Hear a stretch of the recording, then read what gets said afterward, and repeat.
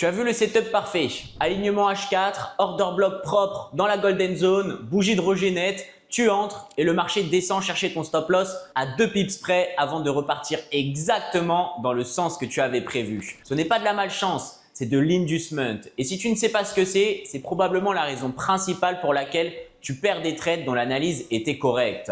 Dans cette vidéo, je te donne la méthode de scalping complète, sans indicateur, pas juste le setup, la cascade de time frame entière, les heures précises où cette stratégie fonctionne vraiment et comment éviter le piège qui tue la majorité des traders même quand ils voient le bon setup. Tout est là, du début à la fin. Tu peux même démarrer depuis zéro. Et n'oublie surtout pas de rejoindre mon canal Telegram gratuit, lien dans la description. Allez, c'est parti! Pourquoi les indicateurs ne marchent pas en scalping? La plupart des traders qui débutent en scalping arrivent avec 10 indicateurs sur leur graphique. RSI, MACD, moyenne mobile, bande de Bollinger. Et plus il y en a, plus ils se sentent en sécurité. Le problème, c'est que tous ces indicateurs regardent en arrière. Ils te disent ce qui s'est passé, pas ce qui va se passer. En scalping, tu as souvent moins de 30 secondes pour décider. Le temps que tu croises 5 indicateurs, l'entrée est passée ou le marché a changé de direction. Ce n'est pas que ces outils sont mauvais, c'est qu'ils sont inadaptés à ce que tu essayes de faire.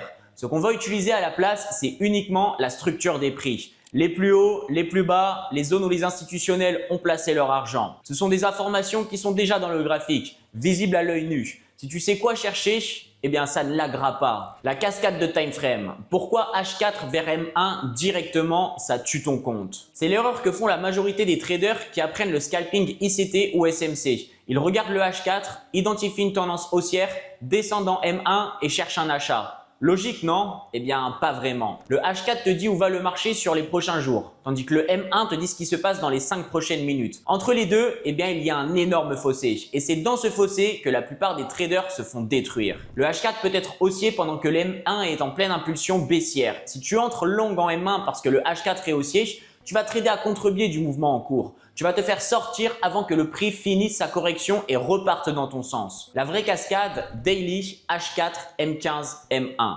Chaque time frame a un rôle précis dans cette hiérarchie. Le daily, c'est le fond. C'est la question la plus importante. Est-ce qu'on est globalement dans un marché haussier ou baissier? Le daily te donne la réponse. Tu ne traites qu'en accord avec ce biais. Le H4, c'est la tendance. À l'intérieur du biais daily, quelle est la tendance intermédiaire?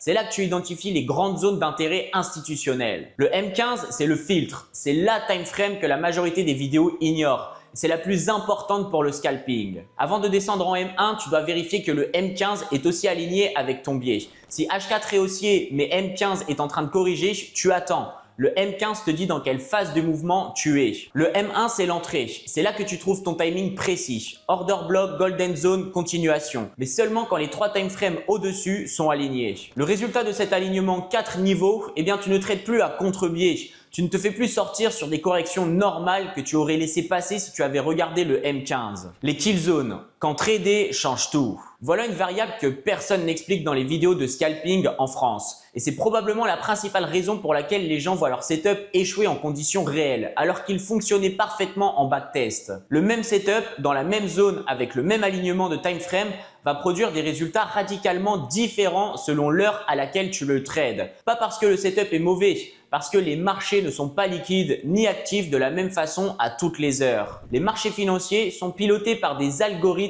institutionnels qui s'activent à des moments précis de la journée. Ces moments, on les appelle les kill zones. En dehors de ces fenêtres, le prix fait du bruit, des petits mouvements aléatoires sans direction claire. Pendant ces fenêtres, les institutionnels sont actifs. Les volumes sont là et les mouvements sont directionnels. Les 4 kill zones à connaître. London Open, 8h à 10h, heure de Paris. C'est la session la plus puissante pour les paires de Forex majeures. Le marché ouvre, les institutionnels londoniens s'activent, la liquidité arrive. C'est là que se font la majorité des grands mouvements de la journée sur Euro-USD ou encore GBP-USD. New York Open, 13h30 à 15h30, heure de Paris. Deuxième grande fenêtre, overlap partiel avec Londres au début, ce qui crée les plus forts volumes de la journée. C'est le moment idéal pour trader les paires impliquant le dollar. London Close, de 16h à 17h, heure de Paris. Les institutionnels londoniens ferment leur position, ce qui crée des mouvements de retournement intéressants. Plus courtes comme fenêtre, mais souvent très propres. New York Silver Bullet, 15h à 16h, heure de Paris.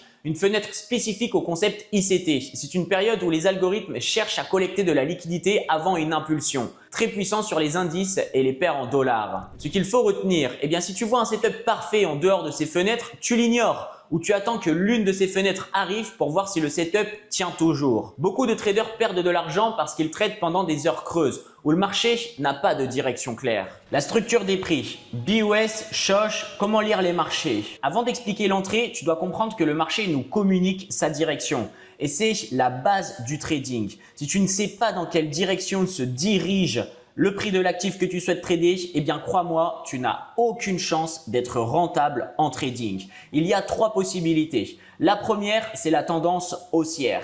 Lorsque le marché fait des hauts toujours plus hauts et des bas toujours plus hauts, alors il est haussier. Si à l'inverse, il fait des hauts toujours plus bas et des bas toujours plus bas, il est baissier. Et la troisième possibilité, c'est si il ne fait ni des plus hauts ni des plus bas, il se trouve alors en range. Maintenant, nous allons nous retrouver sur le graphique. J'ai dessiné une structure de marché qui ressemble à la réalité et avec cette structure, nous allons repérer la tendance, les break-off structures et les shosh. Donc c'est parti. Nous avons dans un premier temps ce plus bas qui fait ce plus haut. Ensuite, ce plus haut va se faire casser à cet endroit-là. Donc nous avons notre premier break-off structure.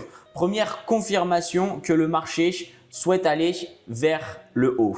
Donc boum, nous allons l'illustrer comme ça en écrivant BOS. Ok, maintenant continuons. Nous avons ce plus haut, ok, qui s'est fait casser et nous avons un nouveau plus haut juste ici, puis un retracement.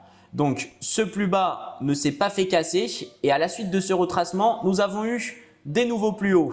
Donc juste ici, boum, nous avons un nouveau break-off structure. Ok. Maintenant, ce plus haut a encore une fois provoqué un nouveau plus haut, voire même un nouveau plus haut, puis ensuite un retracement. Et le dernier plus bas qui a provoqué ces 2 derniers plus hauts ne s'est pas fait casser. Donc boum, qu'est-ce que nous avons à cet endroit-là? Nous avons un shosh. Et je laisse bien évidemment ce plus haut en suspens parce que je reviendrai dessus juste après. Maintenant, qu'est-ce que nous avons? Nous avons ce plus bas juste ici qui a créé ce plus haut. Est-ce que ce plus bas se fait casser? Non. Mais est-ce que ce plus haut se fait casser? Oui. Donc là, encore une fois, nous avons un break-off structure. Ok, juste ici, les break-off structures sont en jaune. Donc, le dernier plus bas, c'est celui-ci qui a créé le dernier plus haut, celui-ci. Maintenant, ce dernier plus bas a créé ce dernier plus haut. Donc, nous avons ici break-off structure. Et comme tu peux le voir, si on continue un petit peu sur le graphique, eh bien, à cet endroit-là, juste ici, ce dernier plus bas qui avait créé ce dernier plus haut s'est fait casser. Boum! Donc là, qu'est-ce que nous avons? Nous n'avons pas un BOS, nous avons un shosh.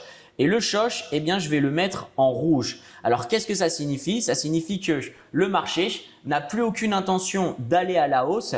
Il a même l'intention de se retourner et de partir à la baisse. Puisqu'un shosh, c'est un change of character.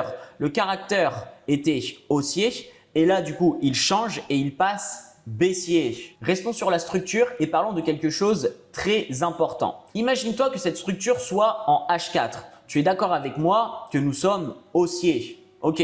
Maintenant, si nous passons en M15, eh bien lorsque nous allons avoir ces retracements, donc par exemple ce retracement ici, ce retracement ici ou encore eh bien ce retracement, M15 va être bearish, M1 va lui aussi être bearish.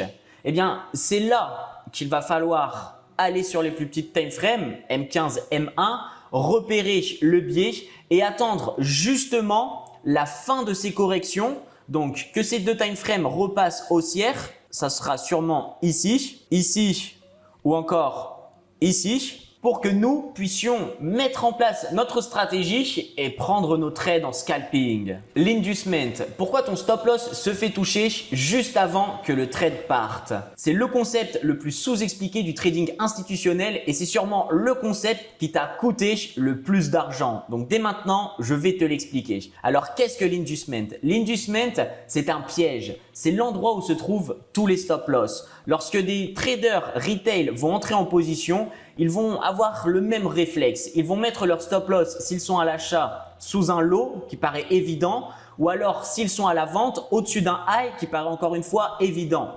Les institutions vont donc pousser le prix à la hausse si les retails sont à la vente ou à la baisse si les retails sont à l'achat sous ce low pour justement récupérer leur stop loss et donc leur contrepartie avant de placer leurs ordres et faire en sorte que le prix de l'actif reparte dans le bon sens. Mais alors comment repérer l'inducement sur les marchés financiers? Eh bien, imaginons que ce graphique soit en H4. Il peut aussi très bien être en M30, M15 ou M1. J'anticipe vos questions dans les commentaires, ça ne change strictement rien, c'est exactement la même chose, ok? Car encore une fois, les marchés financiers sont fractales. Ce qu'on voit sur une time frame, on le revoit sur une autre time frame. Donc, imaginons que nous soyons en H4. Nous allons revoir la structure de marché. Ce plus bas a fait ce plus haut, qui a fait ce plus bas, qui a fait ce plus haut, qui a fait ce plus bas et qui a fait ce plus haut. Mais alors, pourquoi pas ce plus haut? Eh bien, c'est simple. Je vais te l'expliquer de suite. Comme tu peux le voir ici, nous avons eu ce plus haut qui a été créé, qui a ensuite fait ce plus bas et qui a fait un nouveau plus haut.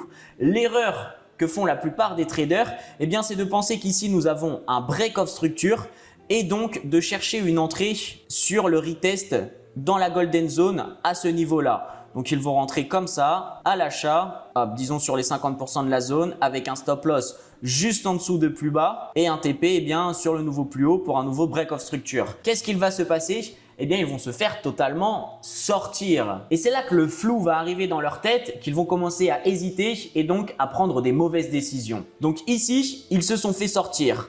Ce plus bas, ce n'était pas le vrai lot de la tendance. C'était tout simplement de l'inducement, de la liquidité. Un lot sous lequel se protéger qui était beaucoup trop évident et ce n'était pas le swing low qui avait créé le dernier swing high de la tendance, ok? Donc, ils vont commencer à hésiter, ils vont se dire « Ah, je me suis peut-être trompé, on reste en tendance haussière. Bon, allez, qu'est-ce que je vais faire? Je vais prendre ce lot ici. » Donc là, encore une fois, ils vont voir dernière impulsion baissière avant une impulsion haussière, order block, boom. Et une nouvelle fois, ils vont vouloir rentrer en position comme ceci. Disons sur les 50% de la zone avec un stop loss juste en dessous, un TP sur le break of structure. Oh génial, j'ai un RR qui est beaucoup plus élevé, je vais totalement rattraper ma précédente perte et en plus de ça, je vais faire beaucoup d'argent. Et qu'est-ce qui se passe? Une nouvelle fois, ils se font liquider. Ils se font liquider et juste après s'être fait liquider, bam, le prix repart dans l'autre sens, dans leur sens initial. Sauf qu'entre-temps, eux, ils continueront à hésiter. Ils vont se dire « Ah bon, on a cassé ces deux lots, je vais sûrement commencer à vendre parce que le marché va repasser baissier. » Donc, ils vont voir, boum, ce retracement. Ils vont sûrement voir ici une dernière bougie haussière avant une bougie baissière. Boum, ils vont mettre ça en rouge. Zone de vente, juste ici. Stop loss, juste au-dessus. Ils vont vouloir vendre et encore une fois, qu'est-ce qu'il va se passer? Ils vont se faire liquider. Premièrement, parce qu'ils ont une mauvaise lecture de la structure de marché. Ok, le dernier plus bas qui a créé toute cette impulsion haussière, c'est celui qui se trouve juste ici. C'est celui qui est à l'origine de la structure haussière. Et pourquoi est-ce que ce n'est pas celui-ci? Parce que si nous prenons notre outil de retracement Fibonacci et que nous traçons ce plus bas jusqu'à ce plus haut intermédiaire, nous voyons bien que lorsque le prix a retracé, juste ici, il n'a pas retracé jusque dans notre zone d'équilibrium. Le prix ne s'est donc pas convenablement rééquilibré et n'a pas créé de swing low. Pour se rééquilibrer, il aurait dû revenir entre les 0,5 et les 0,618 au minimum. Donc, conclusion, nous avons deux zones à inducement. Une première qui se trouve ici et une seconde qui se trouve juste là. Et comme tu peux le voir, le prix de l'actif est venu les chercher, a récupéré la liquidité, a trouvé la contrepartie et ensuite impulsion pour aller chercher le break-off structure. La golden zone et l'order block. L'entrée précise. Bon, ok, maintenant que nous comprenons la structure de marché, passons aux choses sérieuses. L'entrée, donc confirmation d'entrée, notre zone d'entrée. Où est-ce que nous allons entrer? Où est-ce que nous allons placer notre stop loss? Et où est-ce que nous allons placer notre TP? C'est notre dernière partie théorique avant de passer au graphique et à la réalité. Donc, c'est parti. Donc, comme tu peux le voir sur cette structure, nous sommes en tendance haussière. Imaginons qu'avant, nous étions en daily, c'est haussier, H4, c'est haussier, M15, c'est haussier et là, nous arrivons en M1. M1 est haussier. Donc, nous allons chercher un achat vu que tout est aligné et tout est haussier. OK?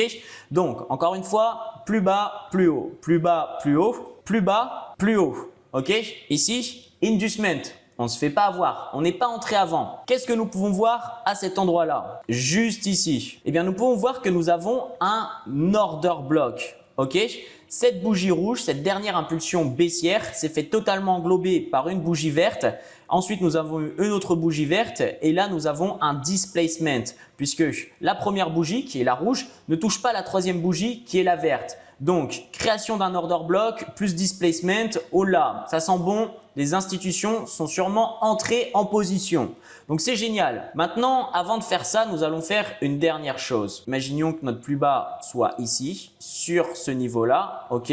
Juste avant, nous allons faire une chose très importante. Nous allons prendre notre outil de retracement Fibonacci. Nous allons l'étirer du dernier plus bas qui a créé le dernier plus haut. Il y a une zone que nous allons appeler notre golden zone qui va nous intéresser. OK. Cette golden zone se trouve entre les 0,705 et les 1. Alors pourquoi? Eh bien parce que des 0,618 au 0,786, c'est notre zone OTE, Optimal Trade Entry. Mais nous, des 0,618 au 0,705, on s'en fiche. Les 0,705, ce sont les 50% de la zone OTE. Rentrer entre 0,705 et 0,618, c'est trop haut et le risque-reward n'en vaut pas la peine. Donc, c'est pour ça qu'on regarde qu'à partir de 0,705.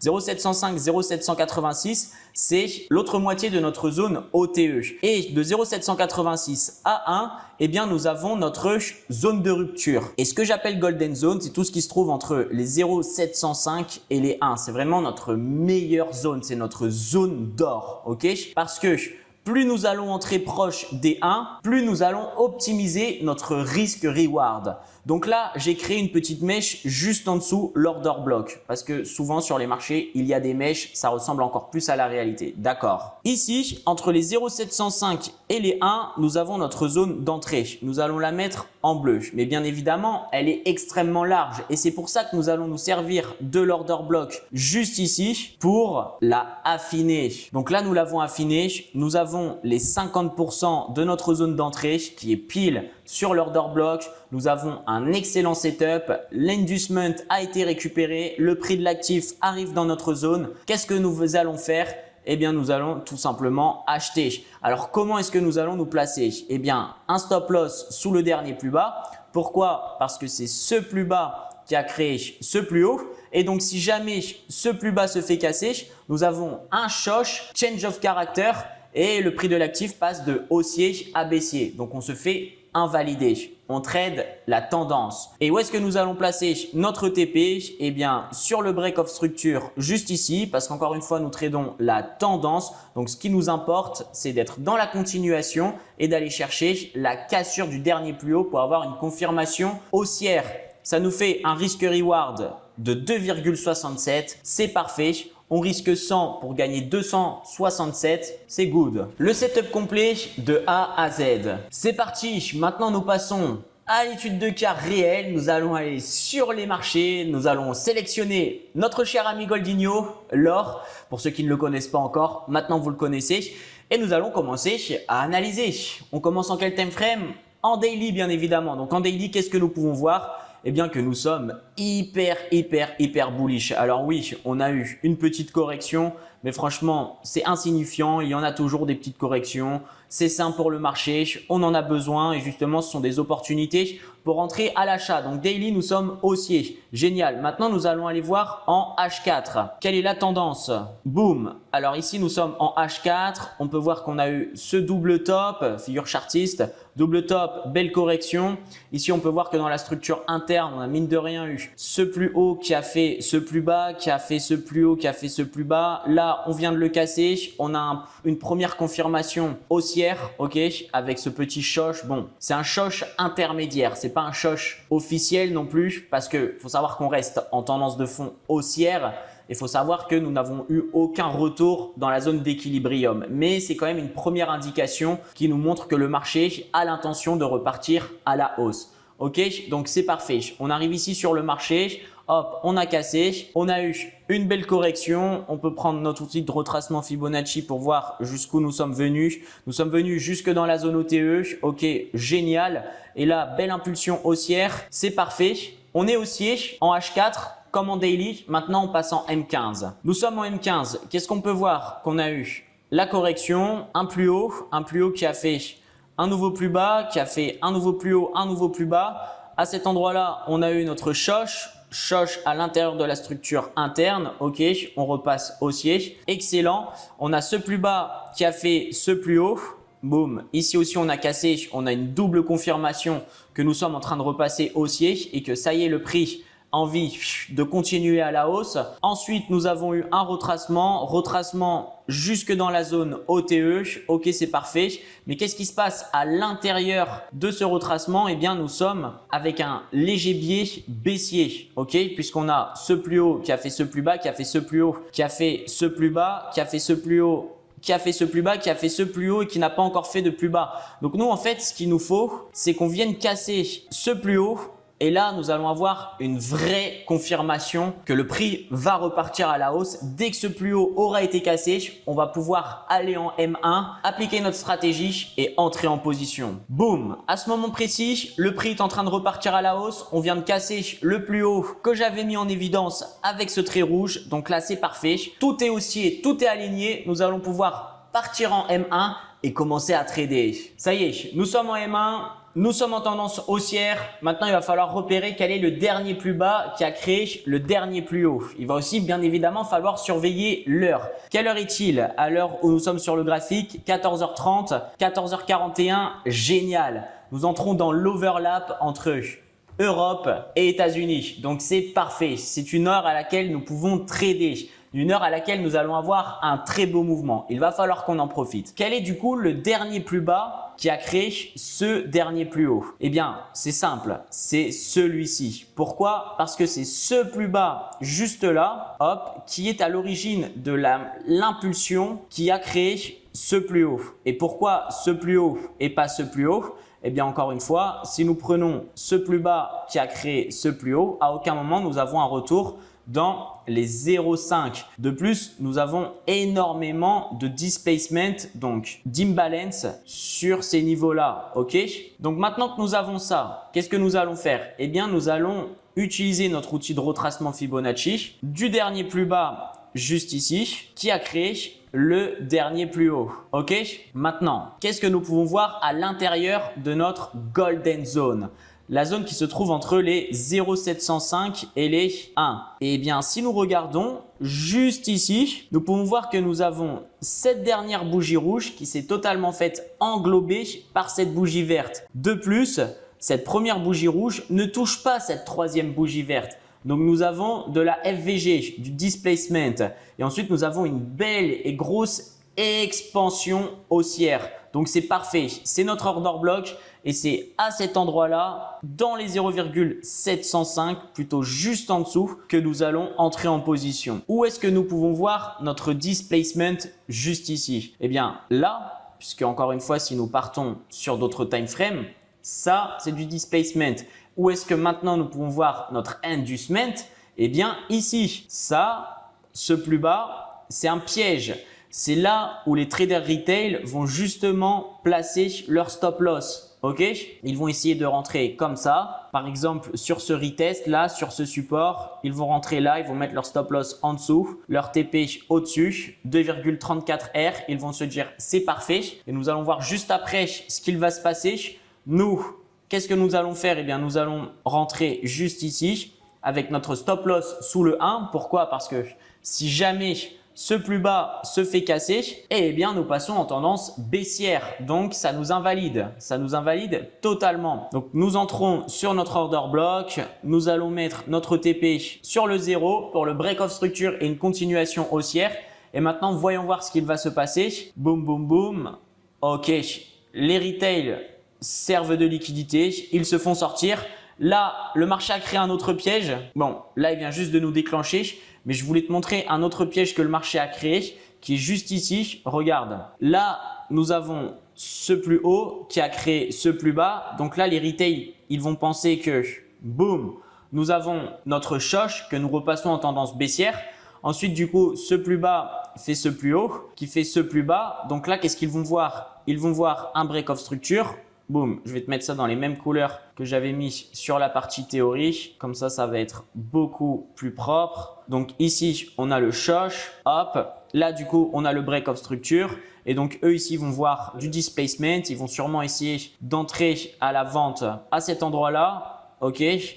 Boum, avec un stop loss juste au-dessus pour target le plus bas. Qu'est-ce qu'il va se passer? Eh bien, ils vont se faire sortir. Donc, ils vont se dire « Ah, bon, bah, on vient de repasser haussier, top. Là, on a nos biais qui sont alignés, c'est encore mieux, choche. » Et qu'est-ce qu'il va se passer? Eh bien, ils vont placer leur position juste ici. Ok, disons que là, ils voient de la liquidité, ils vont se placer juste en dessous. En plus de ça, on a une belle mèche haussière.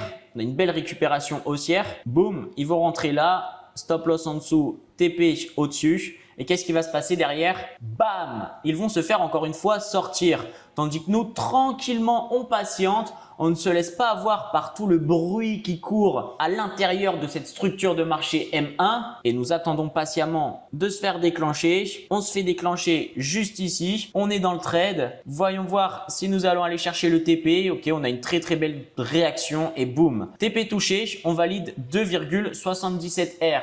Magnifique, non? Gestion du risque. Combien risquer et comment calculer son lot? C'est la question qui revient le plus souvent et celle à laquelle on répond le moins. Voilà comment ça fonctionne. La règle de base, c'est que tu risques un pourcentage fixe de ton capital par trade. Jamais un montant fixe en euros. Toujours un pourcentage.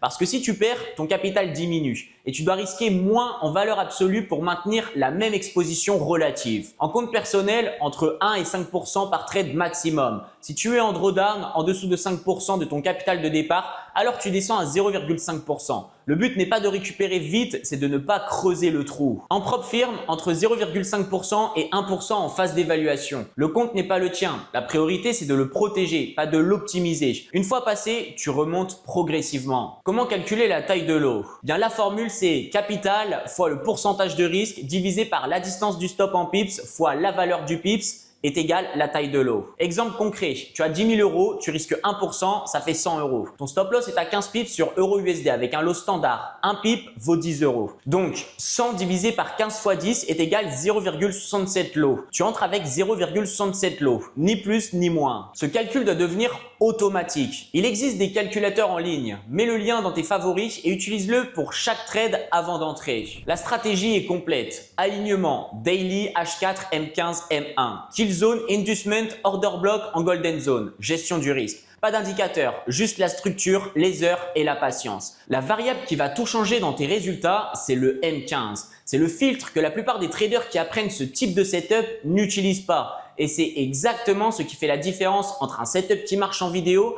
et un setup qui marche sur ton compte de trading. Backteste tout ça, documente chaque trade. Si tu veux voir ces setups appliqués en temps réel sur les marchés, eh bien j'ai un canal Telegram gratuit sur lequel je partage toutes mes analyses et tous mes trades. Je te laisse nous rejoindre, le lien est dans la bio. À très vite dans une prochaine vidéo et let's investing!